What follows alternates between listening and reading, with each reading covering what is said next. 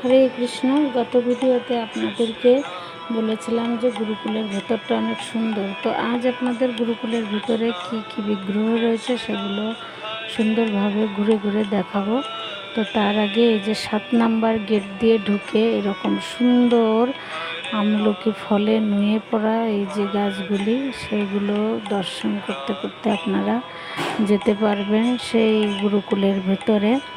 তো আমলকি বৃক্ষ হচ্ছে এই পৃথিবীর প্রথম বৃক্ষ, যেটা ব্রহ্মার অস্ত্র থেকে তৈরি হয়েছে। আর চারপাশে এরকম সুন্দর কাশফুল আমলকি বৃক্ষর মধ্য দিয়ে হেঁটে হেঁটে গুরুকুলে পৌঁছে যাবেন। আর এটা হচ্ছে গুরুকুলের ভেতরে সবথেকে যেটা বড় হাট, বিগ হাট বলা হয়, যেটার বাইরেটা আমি আগের ভিডিওতে দর্শন করেছিলাম, আপনারা অনেকেই দেখেছেন। এটা ভেতরে তো এইখানে 3টা অল্টারে নরসিংহদেবের বিগ্রহ রয়েছে। উগ্র নরসিংহ, লক্ষ্মী নরসিংহ, স্থান নরসিংহ।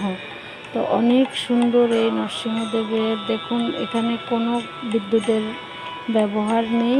ভেতরটায় বড় বড় প্রদীপে সুন্দর করে প্রদীপের আলোতে ভগবান সর্বদা আলোকিত থাকেন এবং অত্যন্ত পরিপাটি সুন্দর এই বিগ্রহ দর্শন করলেই একদম হৃদয় মন প্রশান্তি লাভ করে।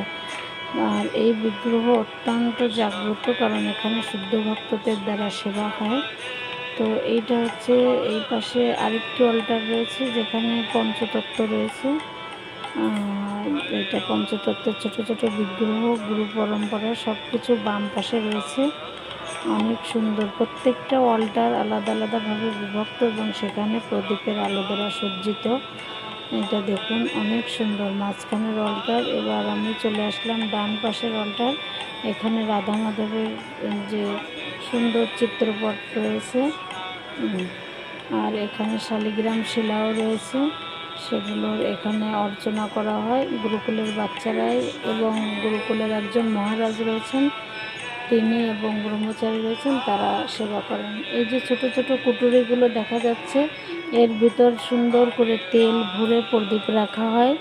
সন্ধ্যার পরপরই রাত্রিবেলাতে পুরোটা এর ভিতর প্রদীপের আলোয় অত্যন্ত সুন্দর একটা পরিবেশ এটা দেখা যায়। তো এর ভেতরটা কিন্তু এখন দিনের বেলা, তবুও এরকম সুন্দরভাবে প্রদীপের আলোতে আলোকিত করা হয়েছে। আর এটা হচ্ছে যজ্ঞকুণ্ড। প্রত্যেক শনিবারে এখানে অনেক বড় করে যজ্ঞ করা হয় এবং এটার গঠনশৈলীটা দেখুন কত সুন্দর। এর ভেতরটা একটা আলাদা সৌন্দর্য রয়েছে। যারা আসবেন অবশ্যই এই বিগ হাটটা দর্শন করবেন। এইটা হচ্ছে ওদের মেন মন্দির, যজ্ঞস্থান, এবং এখানে যজ্ঞ শেখানো হয়। সকালের যে প্রার্থনা, মঙ্গল আরতি সব কিছু এইটাতে করা হয়। মাঝখানটায় সবার বসার জায়গা এবং একপাশে অল্টার, একপাশে যজ্ঞকুণ্ড। এই সাইডে বিভিন্ন প্রোগ্রাম হয়। তো আপনারা যজ্ঞ দর্শন করছেন, সকলে যজ্ঞ দর্শন করুন। আর গুরুকুল ভালো লাগলে অবশ্যই জানাবেন। গুরুকুলের আরও যে বিভিন্ন প্রোগ্রাম আছে সেগুলো আপনাদের পরবর্তীতে তুলে ধরব। অবশ্যই সাথে থাকবেন, কেমন লেগেছে জানাবেন। আর নিশ্চয়ই আপনাদের মতামত অনেক গুরুত্বপূর্ণ, সেটা আপনারা প্রেরণ করবেন আর এদের প্রতি আপনাদের আশীর্বাদ রাখবেন। সবাই ভালো থাকবেন। হরে কৃষ্ণ। চ্যানেল